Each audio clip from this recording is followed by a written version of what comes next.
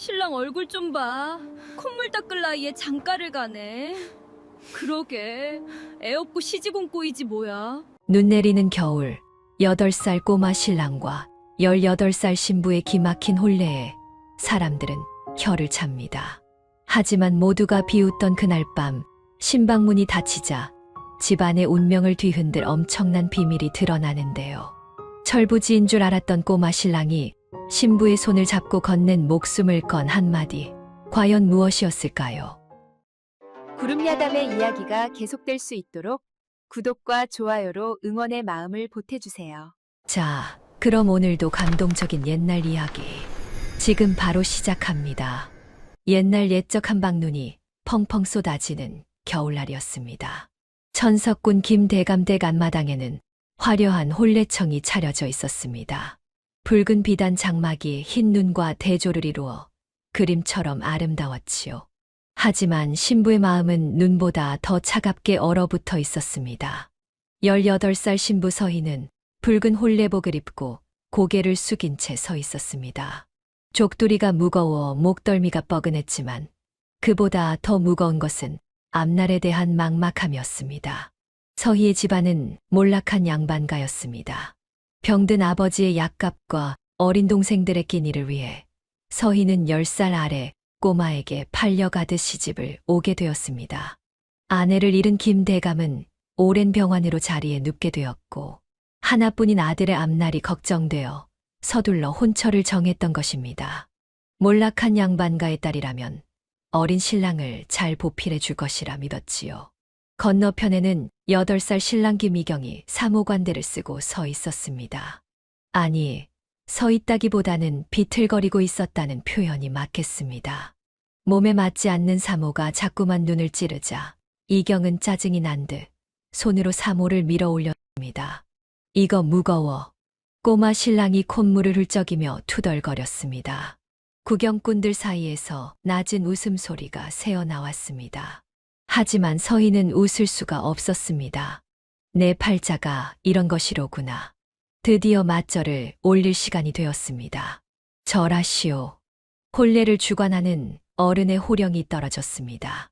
서희가 허리를 굽혀 절을 올리는데 건너편에서 울음 섞인 목소리가 들려왔습니다. 색시야, 이 모자 무거워. 나 집에 갈래. 절하기 싫어. 으앙.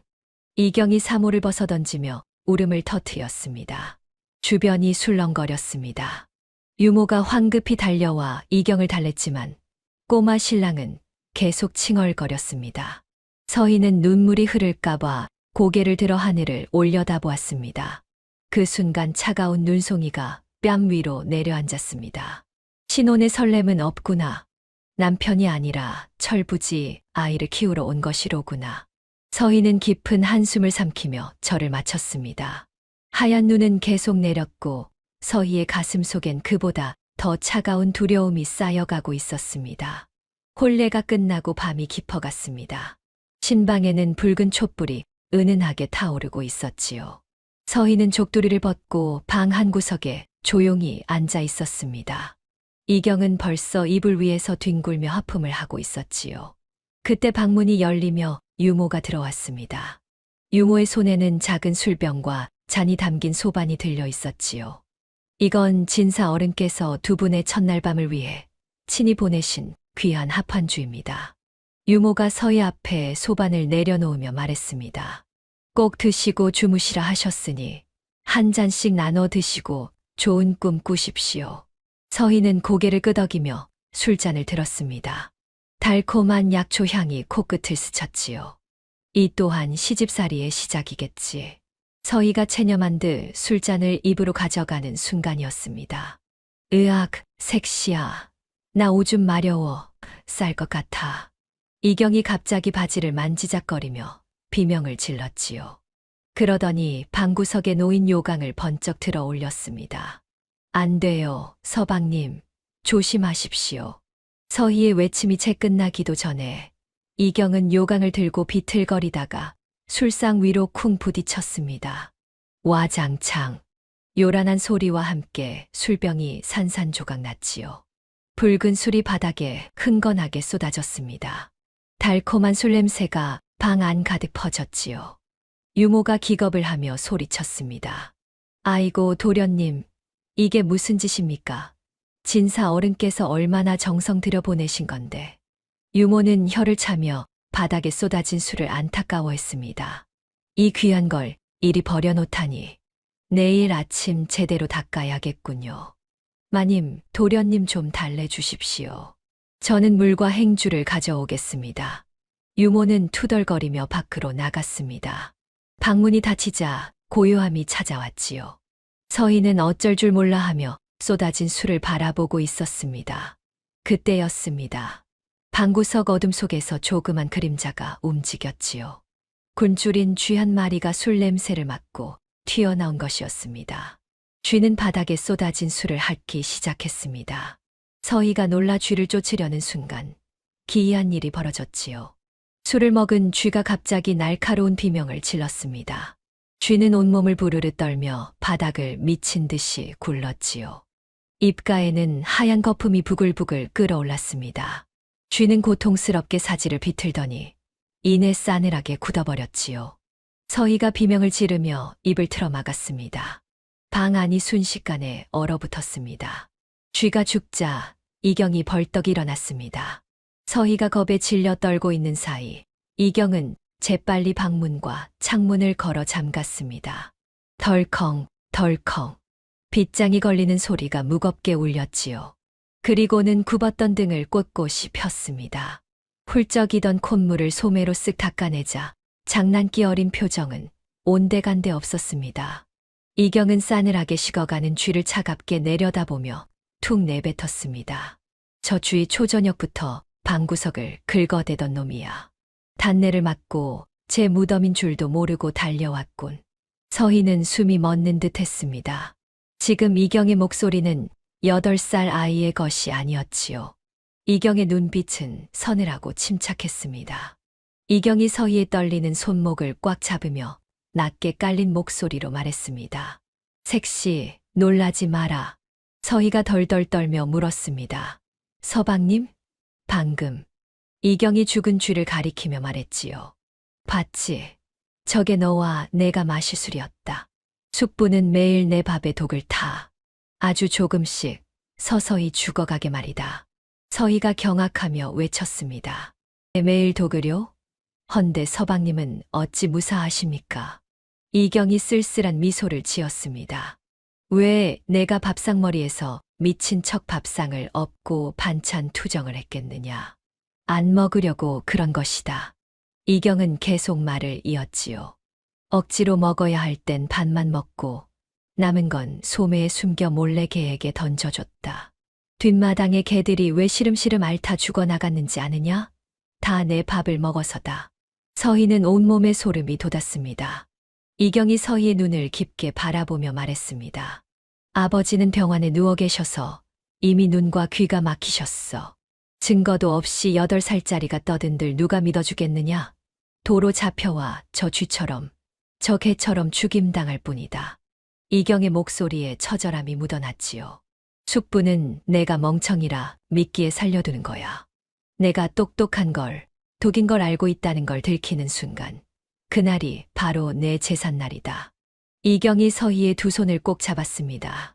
색시, 우리가 살 길은 완벽하게 속여 넘기고 확실한 물증을 모으는 것뿐이야. 그러니 나를 도와라. 그래야 너도 산다. 색시라고 부르는 그 목소리엔 더 이상 어리광이 없었습니다. 서희는 눈물을 훔치며 고개를 끄덕였습니다. 그날 밤 두 사람은 살기 위해 완벽한 비밀 공범이자 바보 부부가 되기로 맹세했지요. 이경이 서희의 손을 낚아챘습니다. 이제부터 우리만의 암호를 정하자. 이경이 검지 끝으로 서희의 손바닥에 글씨를 꾹꾹 눌러 쓰기 시작했습니다. 간지럽지만 긴장감이 흘렀지요. 이경은 서희의 손바닥에 눈목 자를 그렸습니다. 낮에는 절대 눈빛을 바꾸지 마.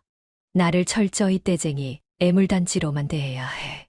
그리고 유모 앞에서는 더 바보처럼 굴어. 억울해도 무조건 참아.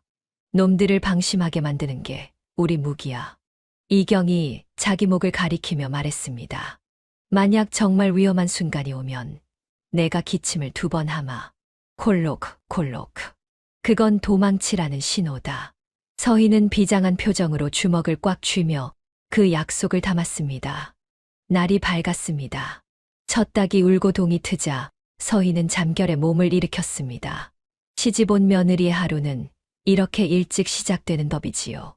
서희는 조용히 신방문을 열고 나왔습니다. 병석에 누워 계신 시아버님의 약을 다리고 부엌에서 아침상을 준비했습니다. 해가 떠오를 무렵 서희는 마당으로 나갔습니다. 마당 한 구석에는 산더미처럼 빨랫감이 쌓여 있었습니다. 서희는 깊은 숨을 들이쉬고 우물가로 향했습니다. 엄동설한 우물물은 얼음장처럼 차가웠습니다. 손을 담그자 뼛속까지 시린 추위가 밀려왔지요. 참아야 한다. 이것도 시집살이다. 서희는 이를 악물고 빨래를 시작했습니다. 한참을 빨래를 하자 손등이 붉게 부어오르고 차가운 물에 피부가 트기 시작했지요. 서희가 언 손을 호호 불며 다시 빨래를 시작하려는데 유모가 다가왔습니다. 진사 어른께서 오늘 안으로 빨래를 다 마치라 하셨습니다. 새댁은 부지런해야 한다고 하시며 제게 마님을 잘 살펴보라 이르셨지요. 대감마님께서 병환으로 누우신 뒤로는 안채 살림을 진사 어른이 대신 살핀다며 손에 쥐고 계십니다. 유모는 겉으로는 공손했지만 그 눈빛은 차갑게 서희를 훑어보았습니다. 서희는 고개를 숙이며 대답했습니다. 예, 알겠습니다. 유모는 고개를 끄덕이며 자리를 떠났지만 멀리서 계속 감시하고 있었습니다. 서희는 다시 얼음물에 손을 담갔습니다. 그렇게 한참을 빨래를 하고 있는데 갑자기 뒤에서 발소리가 들렸지요. 색시야. 이경이 흙투성이 신발을 신은 채 뛰어왔습니다. 심심해. 색시야, 나랑 놀자. 이경은 빨래통 주위를 뱅뱅 돌며 소리쳤습니다. 빨래 그만하고 나 업어줘. 나 지루해 죽겠어. 서희가 당황하여 말했습니다. 서방님, 조금만 기다려 주십시오. 이것만 마저 하고 놀아드리겠습니다. 싫어. 지금 당장. 이경이 발을 동동 구르며 떼를 썼습니다. 서희가 달래는 사이 이경은 갑자기 나도 빨래할래. 팡팡 하며 빨랫감 위를 흙발로 밟기 시작했습니다. 서방님, 안 됩니다. 서희가 황급히 말렸지만 이경은 신이 나서 계속 빨랫감을 밟았습니다. 하얗게 헹군 빨래에 흙발 자국이 찍혔지요. 멀리서 지켜보던 유모가 허겁지겁 달려왔습니다. 아이고 도련님, 그러시면 옷을 다 버립니다. 유모가 기겁을 했습니다. 이경은 더 신나게 빨래를 밟으며 소리쳤습니다. 재밌어. 팡팡팡. 도련님, 제발 그만. 유모가 이경을 떼어내려 하자 이경이 갑자기 바지춤을 잡으며 소리쳤습니다. 싫어. 안 비키면 오줌 쌀 거야. 으앙. 유모의 얼굴이 굳었습니다. 에구, 이를 어쩝니까? 마님 도련님 성화가 심하시니 잠시 업고 나가서 좀 달래주십시오.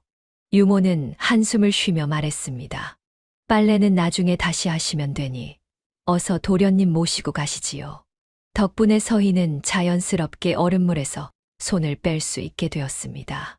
서희가 이경을 업고 사람들 눈을 피해 뒤뜰 담장 아래로 갔습니다. 이경의 작은 몸이 서희 등에 닿았습니다. 따뜻했지요. 서방님, 이러시면 나중에 유모가 더 눈치를 줍니다. 서희가 속삭였습니다. 그때 등 뒤에 엎인 이경이 품속에서 무언가를 꺼냈습니다. 김이 모락모락 나는 군고구마 2개였지요. 이경이 따뜻한 고구마를 서희의 차가운 볼에 갖다 댔습니다. 따뜻하지. 서희가 놀라 뒤를 돌아보려 하자 이경이 서희 귀에 속삭였습니다. 아까 부엌 아궁이에서 몰래 꺼내왔어. 이거 먹고 손 좀 녹여. 이경의 목소리는 낮고 차분했습니다. 일부러 밟은 거야. 그래야 색시가 그 얼음물에서 손을 빼지. 서희는 가슴이 먹먹해졌습니다. 유모 할망구 없을 때 얼른 먹어. 체하니까 꼭꼭 씹어 먹고. 이경이 고구마를 서희 손에 쥐어주었습니다. 서희는 이경의 등에서 전해오는 체온과 군고구마의 따뜻함에 울컥했습니다. 겉으로는 천방지축 꼬마지만 속은 누구보다 자신을 아끼는 낭군님이었습니다. 두 사람은 담장 아래 쭈그리고 앉았습니다. 서희가 고구마를 호호 불어시키자 이경이 말했습니다. 색시, 입 벌려. 서희가 입을 벌리자 이경이 고구마를 한 입 떼어 넣어 주었습니다. 맛있지? 서희가 고개를 끄덕이자 이경이 싱긋 웃었습니다. 서희도 고구마를 떼어 이경의 입에 넣어 주었습니다. 두 사람은 서로의 입에 호호 불어가며 고구마를 나눠 먹었지요. 따뜻한 고구마와 따뜻한 마음이 추운 겨울 아침을 녹여주었습니다. 며칠이 흘렀습니다. 모두가 잠든 야심한 밤, 서희는 촛불 하나를 켜놓고 이경에게 글을 가르쳤습니다. 서방님, 이 글자는 하늘 천자입니다. 서희가 붓으로 한자를 또박또박 써 내려갔습니다. 이경이 고개를 갸웃거리며 물었습니다. 땅지. 서희가 한숨을 쉬었습니다. 아닙니다. 하늘천입니다. 이렇게 쓰는 겁니다. 서희가 다시 글자를 써보이며 이경에게 붓을 쥐어주었습니다. 이경은 붓을 받아들더니 갑자기 서희의 코에 먹물을 톡 찍었습니다. 서방님. 서희가 깜짝 놀라 코를 만졌습니다. 손에 먹물이 묻어났지요. 이경이 깔깔 웃으며 장난을 쳤습니다. 색시 코에 점이 생겼네. 서희는 속상한 마음에 눈시울이 붉어졌습니다. 서방님, 글을 아셔야 사십니다. 제발 진지하게. 그때 이경이 웃음을 멈추고 서희의 손을 잡았습니다. 색시, 울지 마. 이경의 목소리가 갑자기 진지해졌습니다. 나 사실 천자문은 5살 때 다 뗐어. 서희가 놀라 이경을 바라보았습니다. 네. 이경이 서희의 눈을 똑바로 보며 말했습니다. 근데 밖에서 똑똑한 척하면 숙부가 날 죽이잖아. 이경의 목소리에 쓸쓸함이 묻어났습니다. 서희는 이경을 꼭 안아주었습니다. 살기 위해 배움조차 숨겨야 했던 이경의 처지가 너무나 안타까웠습니다. 괜찮습니다, 서방님. 이제 알았으니 괜찮습니다. 두 사람의 신뢰는 그렇게 더욱 깊어져 갔습니다. 하지만 그들이 모르는 사이 누군가 이 모습을 지켜보고 있었습니다. 창밖 어둠 속에서 하수인이 신방을 엿보고 있었지요. 하수인은 촛불에 비친 두 사람의 다정한 그림자를 보고는 조용히 자리를 떴습니다. 다음 날 아침이었습니다. 김진사의 서재에 하수인이 들어왔습니다. 진사 어르신. 하수인이 고개를 숙이며 보고했습니다. 도련님과 마님이 밤마다 촛불을 켜놓고 뭔가를 하고 있습니다. 무척 다정해 보였습니다. 김진사의 얼굴이 굳었습니다. 밤마다. 예, 어르신. 저것들이 밤마다 쑥덕거리는 게 심상치 않습니다. 김진사가 미간을 찌푸렸습니다. 저 며느리부터 쳐내야겠군. 김진사는 책상을 탁 쳤습니다. 그리고 유모를 불렀습니다. 그날 이후 유모의 감시는 더 노골적이 되었고 사소한 일에도 서희를 몰아붙이기 시작했지요. 며칠 후 마당에서였습니다. 유모가 세수를 시킨다며 이경의 팔을 거칠게 잡아 끌었습니다. 아이고 도련님, 바보같이 가만히 좀 계세요. 유모가 짜증을 내며 이경의 머리를 쥐어박으려 했습니다. 옷이 다 젖잖습니까? 바로 그 순간이었습니다. 빨래를 하던 서희가 빨래통을 내려놓고 달려왔습니다. 서희가 유모의 앞을 단호하게 막아섰습니다. 손 거두게. 서희의 목소리는 평소에 주눅든 목소리가 아니었습니다. 양반과 교수의 위엄이 담긴 낮지만 또렷한 목소리였습니다.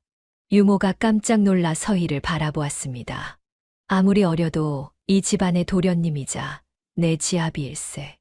서희가 유모를 똑바로 쳐다보며 말했습니다. 손을 함부로 놀리지 말게. 유모의 얼굴이 붉어졌습니다. 세수는 내가 시킬 테니 자네는 물러가게.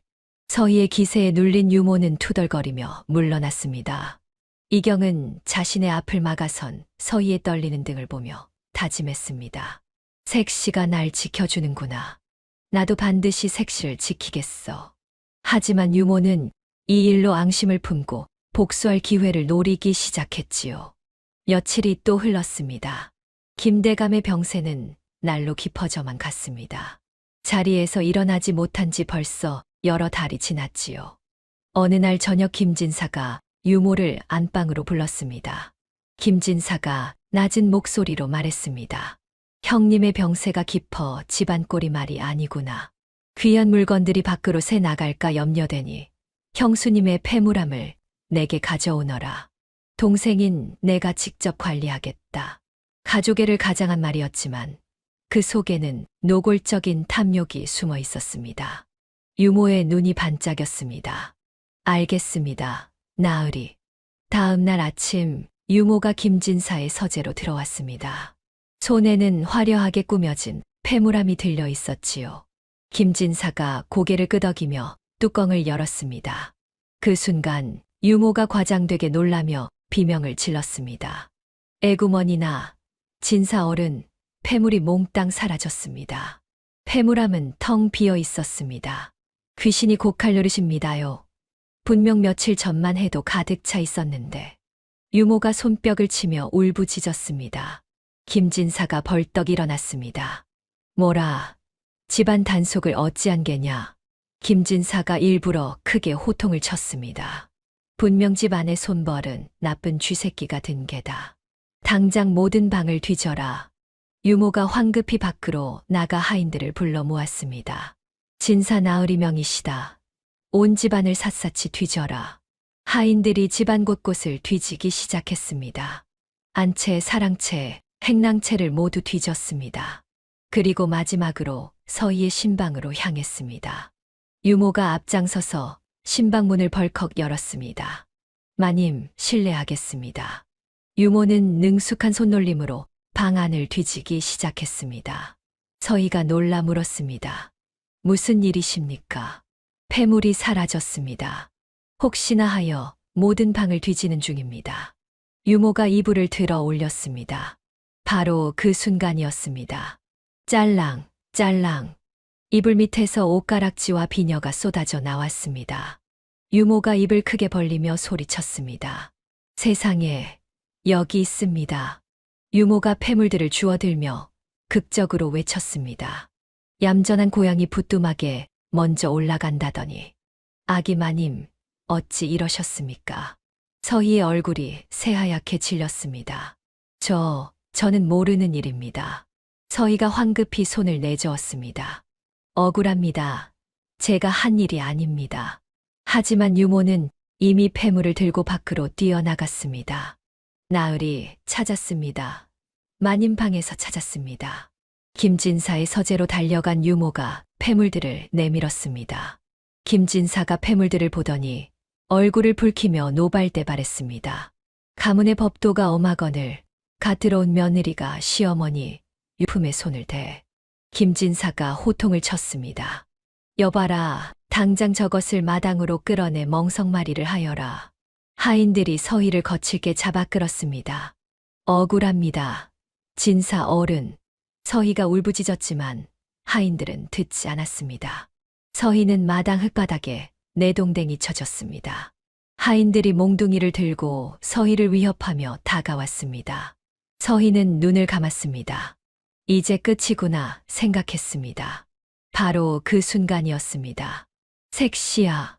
어린 목소리가 비명처럼 터져 나왔습니다. 이경이 방에서 맨발로 뛰어나왔습니다. 안 돼, 색시. 이경은 하인들 사이를 비집고 달려와 바닥에 쓰러진 서희의 몸 위를 자신의 온몸으로 덮어 끌어안았습니다. 때리지 마. 우리 색시 때리지 마. 이경이 서희를 꼭 안으며 울부짖었습니다. 내가 그랬어. 엿사 먹으려고 내가 훔쳤단 말이야. 하인들이 당황하며 물러섰습니다. 도련님, 비키십시오. 하인들이 이경을 떼어내려 했습니다. 내가 했어. 색시는 몰라. 나 혼자 한 거야. 이경이 서희의 옷자락을 꽉 잡고 소리쳤습니다. 색시 말고 나를 때려. 으앙. 하인들이 이경의 팔을 잡아당겼습니다. 도련님, 정말 비켜주십시오. 이경은 끌려가면서도 서희를 놓지 않았습니다. 거친 흙바닥을 뒹굴며 버텼지요. 이경의 종아리와 무릎이 돌에 쓸렸습니다. 피가 배어 나오고 멍이 들기 시작했습니다. 서희가 이경을 보며 눈물을 쏟아냈습니다. 서방님, 안 됩니다. 제발. 하인들은 어쩔 줄 몰라 멈칫거렸습니다. 귀한 독자가 다치고 있었으니까요. 김진사는 난처한 표정을 지었습니다. 조카를 때릴 수는 없었습니다. 겉으로나마 조카를 아끼는 숙부의 모습을 보여야 했으니까요. 독한 것들 같으니라고 김진사가 혀를 차며 손을 내저었습니다. 내 조카 봐서 이번만 넘어가 주는 것이다. 하인들이 물러나자 서희가 이경을 꼭 안아주었습니다. 서방님, 괜찮으십니까? 서희가 떨리는 손으로 이경의 상처를 만졌습니다. 이경의 종아리와 무릎은 피투성이었습니다. 흙투성이가 된 작은 몸이 덜덜 떨고 있었지요. 이경은 눈물범벅이 된 얼굴로 서희를 올려다보며 씩 웃었습니다. 색시, 안 다쳤지? 그 말에 서희는 더욱 목 놓아 울었습니다. 자신을 지키기 위해 온몸으로 막아선 8살 신랑. 서희는 가슴이 미어지는 아픔과 고마움을 느꼈습니다. 서희는 이경을 이불 위에 조심스럽게 앉혔습니다. 그리고 떨리는 손으로 이경의 바지를 걷어 올렸지요. 아, 서희의 입에서 작은 신음이 새어 나왔습니다. 이경의 무릎과 정강이는 온통 까져 있었습니다. 서희를 감싸고 흙바닥을 구르느라 생긴 상처였지요. 피딱지가 군데군데 앉아 있었고 시퍼런 멍도 들어 있었습니다. 서희가 약그릇을 가져와 조심스럽게 약을 바르기 시작했습니다. 눈물이 뚝뚝 떨어졌습니다. 아야, 따가워. 이경이 움찔하며 몸을 떨었습니다. 서희의 가슴이 더욱 미어졌습니다. 어찌 이러십니까? 서희가 울먹이며 말했습니다. 서방님 귀한 몸이 저 때문에 상처투성이가 되었습니다. 차라리 제가 멍석마리를 당하는 게 낫습니다. 이경이 서희의 눈물을 손으로 닦아주며 씩 웃었습니다. 바보야. 색시가 쫓겨나면 난 이 넓은 집에서 정말 혼자잖아. 너 없으면 나 무서워서 못 살아. 이경이 서희의 눈을 똑바로 보았습니다. 그리고 내 색시는 내가 지켜야지. 우린 부부잖아. 8살 꼬마의 입에서 나온 말이라고는 믿기지 않았습니다. 서희는 더욱 눈물을 흘렸습니다. 단순히 자신을 지켜달라는 이기심이 아니었습니다. 함께 살고 싶고 자신을 지키는 것이 가장의 의무라고 생각하는 꼬마 신랑. 분위기가 무거워지자 이경이 갑자기 품속을 뒤적거렸습니다. 참, 색시한테 보여줄 게 있어. 이경이 꼬깃꼬깃 접힌 종이 조각을 꺼내 서희 눈앞에 펼쳐 보였습니다. 거기에는 먹물로 그린 삐뚤빼뚤한 그림들이 그려져 있었습니다. 뿔난 도깨비 같은 얼굴들과 알 수 없는 작대기들이었지요. 색시, 이게 뭔지 알아? 이경이 신나서 말했습니다. 내가 나중에 크면 제일 먼저 할 일이야. 이름하여 복수장부지. 이경은 어른들이 장부를 관리하는 것을 보고 흉내낸 모양이었습니다. 이경이 그림을 하나하나 짚으며 설명했습니다. 여기 뿔난 도깨비가 1번 숙부, 입 튀어나온 할망구가 2번 유모야. 이경이 씩씩거리며 말했습니다. 내가 아주 혼구멍을 내주려고 벼르고 있어.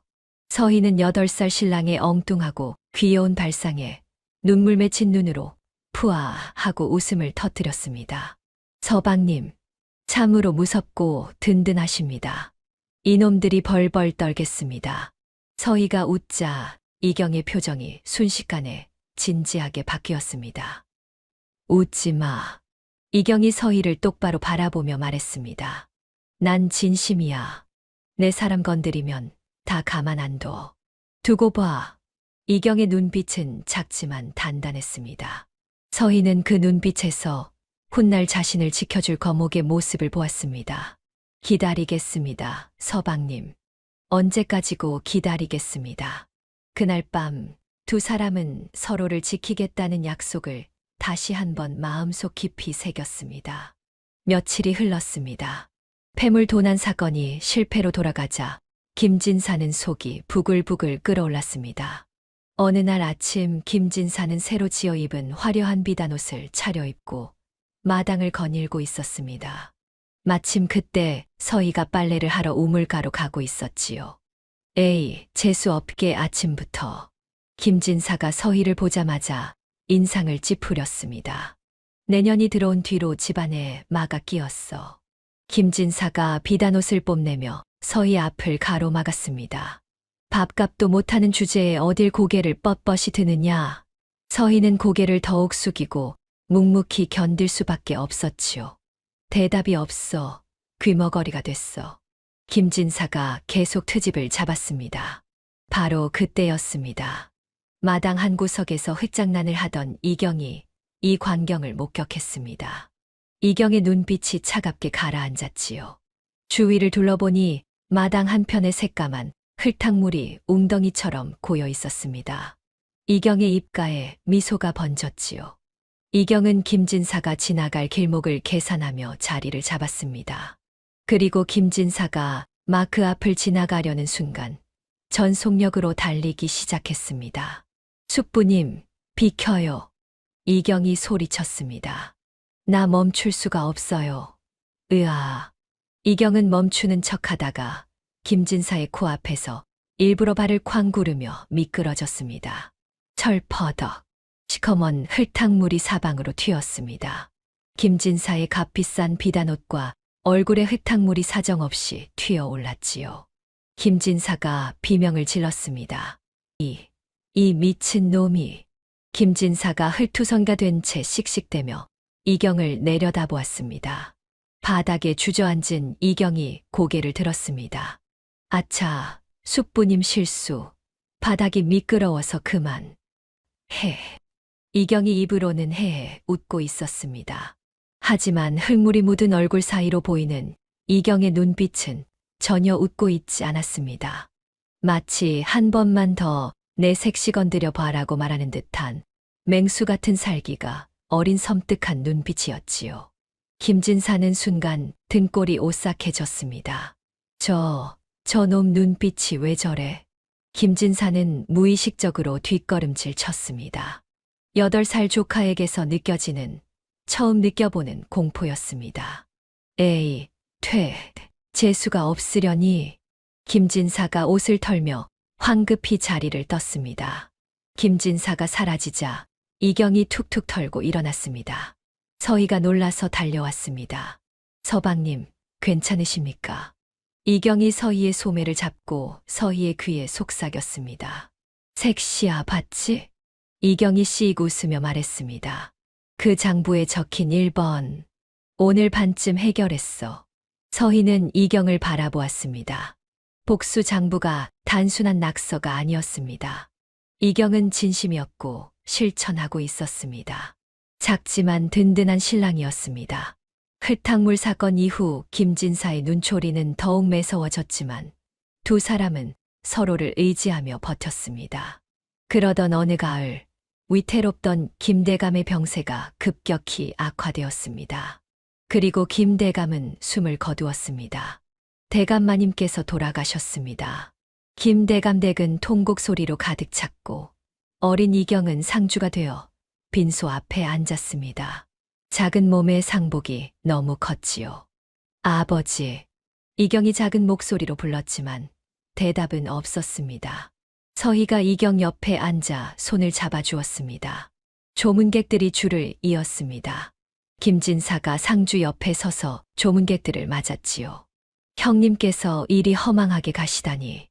이제 이 집안에 남은 핏줄은 저와 어린 조카뿐입니다. 조문객들이 고개를 끄덕였습니다. 진사 어른께서 잘 돌봐주셔야겠습니다. 김진사는 겉으로는 슬픈 척했지만 속으로는 웃고 있었습니다. 장례가 끝나고 마지막 조문객이 떠나자 김진사가 하인들을 불렀습니다. 조카가 아비 잃은 슬픔을 이기지 못해 실성하고 말았다. 발작이 심하니 안정을 취할 때까지 별채광에 가두어라. 김진사가 명령했습니다. 삼촌인 내가 돌봐야 하지 않겠느냐. 놓으시오. 우리 서방님은 멀쩡하십니다. 서희가 외쳤지만 하인들은 듣지 않았습니다. 이경과 서희는 별채광으로 끌려갔습니다. 좁고 어두운 광 안에 두 사람을 밀어 넣었지요. 쿵. 문이 닫혔습니다. 쾅, 쾅, 쾅. 밖에서 대못을 박는 소리가 들렸습니다. 서방님, 서희가 어둠 속에서 이경을 불렀습니다. 이경이 서희의 손을 꼭 잡았습니다. 색시, 괜찮아. 무서워하지 마. 이경의 목소리는 침착했지만 손은 떨리고 있었습니다. 유일한 방패막이었던 아버지가 세상을 떠났습니다. 가장 가까운 가족이라는 명분 아래 김진사는 모든 것을 장악했습니다. 어두운 광 안 두 사람은 서로에게 의지했지요. 색시, 우리 꼭 살아서 나가자. 예, 서방님. 밖에서는 김진사의 웃음소리가 들려왔습니다. 이경은 당황하지 않고 침착하게 광구석으로 향했습니다. 바스락, 바스락. 이경이 구석에 쌓인 악취 나는 집더미와 깨진 항아리들을 치우기 시작했습니다. 잠시 후 희미한 빛이 새어 들어왔습니다. 밖으로 통하는 좁은 개구멍이 드러난 것이었지요. 서방님, 이게 대체. 서희가 놀라서 외치자 이경이 씩 웃으며 대답했습니다. 여긴 내 비밀 기지야. 내가 지난 몇 달간 숟가락으로 조금씩 파서 만들었어. 서희는 믿을 수 없었습니다. 하인들이나 숙부님이 발견하면 어쩌려고 이러셨습니까? 이경이 다시 웃었습니다. 들키지 않았어. 숙부가 날 더럽다며 이 광에 가둬두는 날이 종종 있었거든. 그때마다 몰래 조금씩 정말 쥐구멍만큼씩 봤어. 숙부님은 의심이 많지만 결벽증도 심하시지. 내가 여기서 똥오줌을 싸고 진흙탕 개처럼 뒹굴며 놀았거든. 이경이 설명을 이었습니다. 그랬더니 숙부님이 뭘 하셨는지 알아? 꼴도 보기 싫으니 근처에도 가지 마라 하고 하인들에게 호통을 치셨어. 이경이 자랑스럽게 말했습니다. 덕분에 이곳은 이 집안에서 유일하게 아무도 감시하지 않는 가장 안전한 내 보물 창고가 되었지. 서희는 감탄했습니다. 8살 꼬마가 이런 치밀한 계획을 세웠다니. 이경은 개구멍 옆 흙바닥을 파내기 시작했습니다. 잠시 후 낡은 보자기가 드러났습니다. 이경이 보자기를 조심스럽게 꺼내 품었습니다. 등잔 밑이 어둡다는 게 바로 이걸 두고 하는 말이야. 이경이 서희의 손을 잡았습니다. 자, 이제 이 증거로 숙부님의 죄를 물을 차례다. 서희는 보자기를 바라보았습니다. 손이 덜덜 떨렸지요. 그 안에 무엇이 들어있을지 두려웠습니다. 이경이 서희의 눈을 맞추며 말했습니다. 이 안에 든 건 우리를 죽이려던 흉기지만 이제부턴 우리를 살려줄 동아줄이다. 자, 같이 열자. 서희는 이경의 눈빛에서 용기를 얻어 고개를 끄덕였습니다. 보자기가 펼치자 그 안에는 말라비틀어진 독초, 찌꺼기, 구겨진 밀서 몇 장, 그리고 이중장부가 들어 있었습니다. 서희가 장부를 펼쳐보았지요. 김진사가 집안 재산을 빼돌린 증거 밀서에는 김진사의 필체로 조카놈을 조용히 처리하라. 들키지 않게 라고 적혀 있었습니다. 서희는 몸서리를 쳤습니다. 서방님, 이 증거들을 어떻게? 이경이 씩 웃었습니다. 숙부방의 곶감을 훔쳐 먹으러 들어가는 척하며 몰래 빼돌린 거야. 엿바꿔 먹는 척, 바보짓 하는 척하면서 몇 달간 하나씩 모았어. 서희는 눈물이 핑 돌았습니다. 이제 우리 나가서 숙부를 벌받게 하자. 두 사람은 보자기를 꽁꽁 싸매어 품속에 넣었습니다. 이경이 먼저 개구멍으로 몸을 밀어 넣었습니다. 색시, 손 잡아. 밖으로 나간 이경이 손을 내밀었습니다. 서희도 개구멍으로 빠져나왔습니다. 두 사람은 밤의 어둠을 틈타 조용히 담을 넘었습니다. 관아로 향하는 길, 서희는 이경의 손을 꼭 잡았습니다. 두려웠지만 이경이 곁에 있었습니다. 야심한 밤 서희는 이경을 업고 산길을 달렸습니다. 어둠 속에서 나뭇가지가 얼굴을 핥히고 돌뿌리에 발이 채였습니다. 색시야, 나 내려줘. 너 죽는다. 이경이 울먹였지만 서희는 이를 악물고 계속 달렸습니다. 서방님을 살리기 전엔 못 죽습니다. 신발이 벗겨졌습니다. 맨발로 거친 산길을 뛰었지요. 발바닥이 돌에 찍히고 가시에 찔렸습니다. 피가 흘렀지만 멈추지 않았습니다. 밤새 달려 날이 밝을 무렵 관아 앞에 도착했습니다. 사또 나리를 뵙게 해 주십시오. 서희가 관아 문을 두드렸습니다. 포졸들이 창을 들고 막아섰습니다. 이른 아침부터 누구냐? 썩 꺼져라. 꼴은 왜 이 모양이야? 사또 나리를 뵙게 해 주십시오. 사람 목숨이 달렸습니다. 바로 그때 뒤에서 말발굽 소리가 들려왔습니다. 김진사와 하인들이 도착해 그들을 포위했습니다. 저놈들을 잡아라. 정신 나간 조카놈이 여자를 꾀어내 달아났구나. 김진사가 소리쳤습니다. 당장 저것들을 포박해서 집으로 끌고 가라. 하인들이 달려들자 서희가 비명을 질렀습니다. 아닙니다. 사또 나리, 억울합니다. 제 남편을 살려주십시오. 구경하던 백성들이 웅성거렸습니다. 저 피투성이 발 좀 봐. 무슨 사연이 있나 봐. 소란이 커지자 관아 안쪽에서 호통 소리가 들려왔습니다. 이 무슨 소란이냐. 대문이 열리며 사또가 나왔습니다. 아침부터 관아 앞이 시장통도 아니고 이게 대체 무슨 짓들이냐. 김진사가 당황하며 말에서 내려 읍소했습니다. 사또 나리, 제 조카가 정신이 온전치 못하여 집안 단속을 하러 왔습니다. 소란을 피워 송구합니다. 사또가 피투성이가 된 서희를 보고는 눈빛이 변했습니다. 김진사가 점잖은 척 앞으로 나섰습니다. 사또, 집안의 흉사라 제가 알아서 처리하겠습니다. 바로 그 순간이었습니다. 하인들의 손을 거칠게 뿌리친 이경이 사또 앞으로 당당히 걸어 나갔습니다. 훌쩍이던 콧물도 초점 없는 눈동자도 없었습니다. 이경은 서늘하고 위험 있는 눈빛으로 김진사를 노려보았습니다. 그리고 또랑또랑한 목소리가 관아 앞마당에 쩌렁쩌렁 울렸습니다. 시신체발부 수지부모라 하였거늘 조카의 밥에 독을 넣어 부모가 주신 몸을 상하게 한 것이 사람이 할 짓입니까? 구경꾼들이 술렁거렸습니다. 이경이 계속 말했습니다. 또한 군군신신 부부자자라 했습니다. 저자는 죽은 제 아버님의 친동생이자 저희 하나뿐인 숙부입니다. 이경이 김진사를 손가락질하며 외쳤습니다.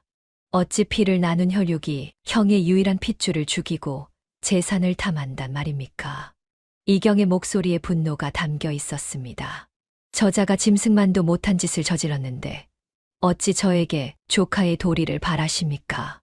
사람들이 웅성거렸습니다. 저 아이가 바보가 아니라 신동이었네. 숙부가 조카를 죽이려 했다고? 사또와 구경꾼들이 경악하는 사이 이경은 품속에서 낡은 보자기를 꺼내 사또 발치에 던졌습니다. 여기 증거가 다 있습니다. 이경이 외쳤습니다. 제 아버지를 병들게 하고 저를 독살하려 한 독초와 이중장구입니다. 보자기에서 말라비틀어진 독초 찌꺼기와 김진사의 필체로 적힌 장부가 쏟아져 나왔습니다. 사또가 장부를 보고는 표정이 일그러졌습니다. 이게 대체... 사또가 김진사를 노려보았습니다. 저놈을 포박하라. 김진사는 사색이 되어 그 자리에 주저앉았습니다. 아닙니다. 사또, 이건 오해입니다. 김진사가 손을 내저었지만 나졸들은 이미 그를 포박하고 있었습니다. 구경꾼들이 환호했습니다. 저런 패류나 하늘이 벌을 내리셨다. 드디어 진실이 밝혀진 것입니다. 사또가 보자기 속 증거들을 하나하나 살펴보며 얼굴이 점점 굳어졌습니다. 이경이 앞으로 나섰습니다. 첫날 밤에 숙부가 보낸 합환주에도 독이 들어 있었습니다. 그 술을 먹은 쥐가 거품을 물고 죽었지요. 또한 숙부는 유모를 시켜서 폐물을 훔친 후 제 처에게 누명을 씌웠습니다. 사또가 김진사를 노려보았습니다. 증거가 이리 분명하니 더는 변명할 길도 없겠구나. 당장 곤장 50대를 쳐라. 탁, 탁, 탁. 곤장이 김진사의 엉덩이를 내리쳤습니다. 김진사가 비명을 질렀습니다. 50대의 곤장이 끝나자 김진사는 제대로 서지도 못했습니다. 저자의 관복을 벗기고 관아 밖으로 내쫓아라. 김진사가 관아 밖으로 끌려나가자 마을 사람들이 몰려들었습니다. 저 패류나 조카를 죽이려 한 짐승. 돌이 김진사에게 날아들었습니다. 김진사는 피투성이가 되어 바닥을 기었지요. 유모가 서희에게 달려와 발목을 붙잡고 울며 빌었습니다. 마님, 한 번만 살려주십시오. 제발. 서희는 차갑게 치맛자락을 뺐습니다. 자네의 탐욕이 자네를 망친 것일세. 사또가 판결을 내렸습니다. 김진사는 유배형에 처한다. 유모는 관비로 삼는다. 가문의 재산은 정당한 상속자인 김희경에게 돌아간다. 마을 사람들이 환호했습니다. 바보인 줄 알았더니 신동이었네. 이경은 서희의 손을 꼭 잡았습니다. 서희도 이경을 바라보며 미소 지었지요. 집안이 평화를 되찾자 이경은 옛 청지기를 불러들였습니다. 청지기 어르신, 숙부께서 쫓아낸 어르신을 다시 모시고자 합니다. 백발의 청지기가 눈물을 흘리며 절했습니다. 감사합니다. 집안일을 맡아주십시오. 몇 달이 흐르고 이경이 서희를 불렀습니다. 난 한양으로 가려 한다. 서희가 놀라 이경을 바라보았습니다. 지금의 나는 너무 어리다. 진짜 힘을 길러 오겠다. 이경이 서희의 손을 잡았습니다. 과거에 급제하고 세상에 이름을 알릴 것이다. 그래야 너를 정말로 지킬 수 있으니까. 얼마나 가 계실 겁니까? 몇 년이 걸릴지 모르겠다. 하지만 반드시 돌아오마. 이경이 품에서 문서를 꺼냈습니다. 집안의 모든 권한을 너에게 위임한다. 청지기 어르신이 도우실 것이다. 떠나는 날이었습니다. 이경은 작은 보따리를 메고 대문 앞에 섰습니다. 내가 돌아올 땐 너를 내려다보고 있을 것이다. 이경이 씩 웃었습니다. 서희가 고개를 끄덕이자 이경이 돌아서서 걸어갔습니다. 작은 뒷모습이 점점 멀어져 갔지요. 서희는 눈물을 닦으며 속으로 다짐했습니다. 서방님, 제가 집안을 잘 지키겠습니다. 세월이 흘렀습니다. 마당에 매화나무가 꽃을 피우고 지기를 10번 반복했지요. 18살에 앳된 새색시였던 서희는 어느덧 28살에 기품 있고 단아한 여인이 되었습니다. 눈빛에는 집안을 책임지는 강단이 서려 있었지요. 낮에 서희는 철의 여인이었습니다. 서희는 몰락 직전이었던 가문을 마을 최고의 부호로 다시 일으켜 세웠습니다. 곳간에서 장부를 꼼꼼히 검토하고 소장농들을 직접 관리했습니다. 마을 사람들은 서희를 김대감댁을 살려낸 여장부라 칭송했지요. 늦은 밤까지 주판을 튕기고 붓을 잡느라 서희의 고운 손가락 마디는 굵어지고 굳은 살이 박였습니다. 이는 이경과의 약속을 지키기 위한 영광스러운 훈장이었습니다. 하지만 밤이 되면 달랐습니다. 모두가 잠든 밤, 서희는 이경이 보낸 서신들을 꺼내 읽으며 하루의 고단함을 씻었습니다. 초반의 편지는 삐뚤빼뚤한 글씨로 적혀 있었습니다. 색시야, 한양 밥은 맛이 없어. 너가 해준 밥이 먹고 싶어. 아직 어린 티가 남아 있었지요. 중반의 편지는 글씨가 정돈되어 있었습니다. 부인, 학문에 정진하고 있습니다. 곧 소과를 치를 것입니다. 변성기를 지난 소년의 목소리가 느껴졌습니다. 후반의 편지는 힘있고 유려한 명필이었습니다. 부인, 한양의 매화가 피었습니다. 내 그리움도 만개하였습니다. 완전히 성숙한 남자의 저음이 서신 속에 담겨 있었지요. 어느 날 한양에서 급보가 날아왔습니다. 마님, 경사 났습니다.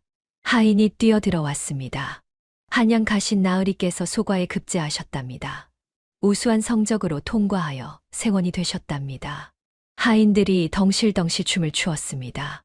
서희는 감격하여 이경의 마지막 편지를 꺼내 읽었습니다. 약속을 지키러 갑니다. 매화가 지기 전에 도착할 것입니다. 서희가 설레는 마음으로 거울을 보았습니다. 눈가에 세월의 흔적이 보일까 걱정하며 단장을 했습니다. 담장 너머로 봄의 시작을 알리는 매화 꽃망울이 터지기 시작했습니다. 봄날 서희는 마당에 나와 매화를 바라보고 있었습니다. 그때 대문이 활짝 열렸습니다. 서희가 놀라 대문 쪽을 돌아보았지요. 햇살을 등진한 사람이 서 있었습니다. 갓을 쓰고 도포를 휘날리는 훤칠한 사내였습니다. 10년 전 콧물을 흘리던 꼬마는 온데간데 없었지요. 서방님, 서희가 떨리는 목소리로 불렀습니다. 이경이 성큼성큼 마당으로 걸어 들어왔습니다. 이경은 더 이상 서희를 올려다보지 않았습니다. 오히려 서희가 고개를 들어 이경을 올려다봐야 했지요. 이경이 서희 앞에 섰습니다. 그리고 조심스럽게 서희의 손을 들어 올렸습니다. 10년 세월의 조금은 거칠어진 서희의 손. 주판을 튕기고 붓을 잡느라 굵어진 손가락 마디, 박힌 굳은 살. 이경이 그 손을 자신의 크고 단단한 손으로 조심스럽게 감싸 쥐었습니다. 부인, 이경의 목소리는 낮고 깊었습니다. 많이 기다리셨습니까? 이제 왔습니다. 서희의 눈에서 눈물이 주르르 흘러내렸습니다. 10년을 기다린 눈물이었지요. 이경이 서희의 눈물을 닦아주었습니다. 울지 마십시오. 이제 평생 곁에 있겠습니다. 이경이 서희를 품에 안았습니다. 10년 전 서희가 이경을 안아주었던 것처럼. 하지만 이제는 이경이 서희를 안아주었습니다. 마당의 매화가 바람에 흩날렸습니다. 꽃이 피 두 사람 위로 소복이 내렸지요. 10년의 기다림이 끝났습니다. 이경이 서희의 손을 잡고 안채 마루로 이끌었습니다. 두 사람은 마루 끝에 나란히 앉았습니다. 마당에는 매화가 만발해 있었지요. 이경이 서희의 손을 어루만졌습니다. 10년 전 서희가 춥고 아픈 손을 호호 불 때 감싸주던 그 고사리 손. 그 손은 이제 서희의 손을 넉넉히 덮고도 남는 사내의 손이 되어 있었습니다. 이경이 나직하게 말했습니다. 부인, 10년 전 약속 기억하오? 서희가 고개를 끄덕였습니다. 내 손이 이렇게 컸으니 이제 평생 이 손에 물 한 방울 안 묻히고 호강시켜 드리리다. 서희가 수줍게 미소 지으며 이경의 어깨에 고개를 살짝 기댔습니다. 서방님, 두 사람은 말없이 매화를 바라보았습니다. 바람이 불어와 매화꽃이 피 흩날려 두 사람 위로 내렸지요. 이경과 서희는 서로의 손을 더욱 꼭 쥐었습니다. 맞잡은 두 손에는 10년의 세월이, 10년의 기다림이, 10년의 사랑이 담겨 있었습니다. 나이 차이는 사랑을 막지 못했습니다. 서로를 살리고자 했던 지혜로운 마음, 그리고 맞잡은 두 손의 온기가 그들을 진정한 부부로 만들었습니다. 두 사람의 앞날은 이 봄처럼 따뜻한 날들만이 가득할 것입니다. 8살 꼬마 신랑과 18살 신부. 세상은 이들을 비웃었지만 두 사람은 서로를 지키기 위해 온 힘을 다했습니다. 내가 커서 너를 지키겠다는 꼬마의 다짐. 언제까지고 기다리겠다는 신부의 다짐. 10년의 세월이 흘렀지만 두 사람 모두 약속을 지켰습니다. 진정한 사랑은 나이가 아니라 진심에서 시작된다는 것을 오늘 이야기가 보여주고 있습니다. 댓글로 여러분의 생각을 들려주세요. 이 이야기에서 가장 감동적이었던 장면은 무엇인가요? 여러분의 소중한 이야기를 기다리겠습니다. 다음에도 구름야담에서 더 좋은 이야기로 찾아뵙겠습니다. 지금 화면에 나오는 영상들도 함께 해주세요. 좋아요와 구독 부탁드리며 건강하시고 행복하세요.